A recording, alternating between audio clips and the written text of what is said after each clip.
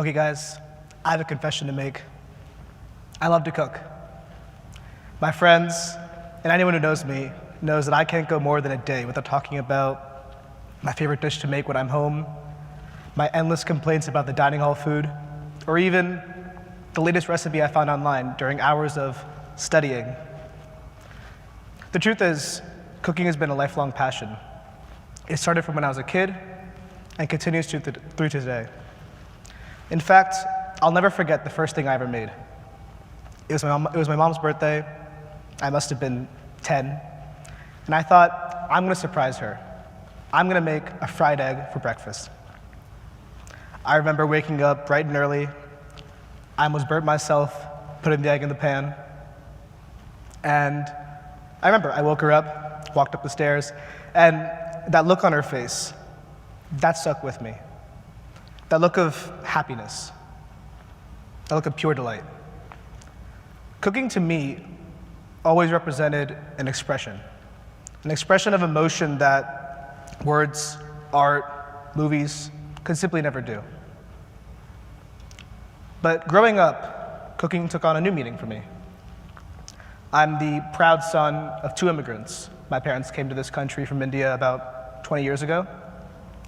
And growing up, I always felt this geographic divide between myself and my grandparents, my uncles and aunts, the rest of my family, who still live in India to this day. But with cooking and food, I found a way to be connected. Growing up, eating the same food that my parents had when they were kids, my grandparents still eat to this day, I felt connected. And I thought, in my own unique way, I'm partaking in my culture. I'm not losing something that I consider to be central to who I am and my identity. And I never thought much of it. I thought that was just who I am. That's just the way I want to live my life. And I used to bring my food to school every day, never thought much of it. But one day I realized not everyone viewed it with the same way that I did.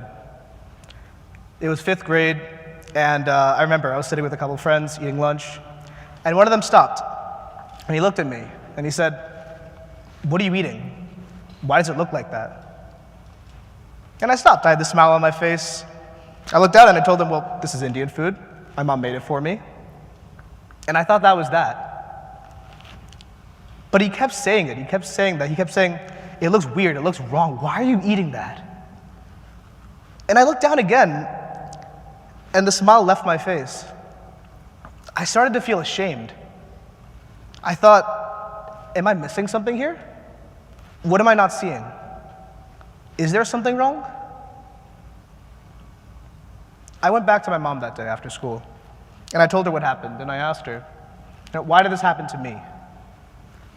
Did I do something wrong? And I'll never forget what she told me.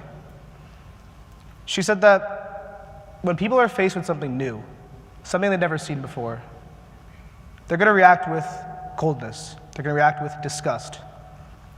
And for us, people who have something unique about them, something different, we can do two things about it. We can, one, choose to just do nothing and hope that over decades of just grinding it out, things can change on their own. Or we can choose to do something about it, to make our personal mission. And I related to that. I thought maybe this could be my way to change things, to make my mark. I read a lot of Percy Jackson growing up. Maybe I thought of myself as one of those characters. And I remember for the next year of my life, I carried myself with that passion.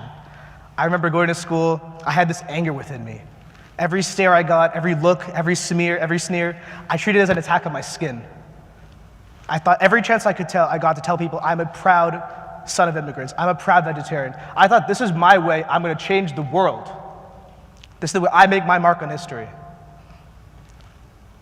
Well, a year went on, and nothing really happened. I mean, I had the passion, I had the emotions, but I wasn't really doing anything. I ended up going to school, getting pissed off, coming back home, rinse and repeat. So I realized, maybe I'm doing something wrong here. I was thinking about change in the wrong way. To give a metaphor, is change the meteor that falls from the sky and instantly destroys everything? Or is change sand that builds up slowly, incrementally, over decades, even centuries, and forms the islands, continents, everything we see before us today?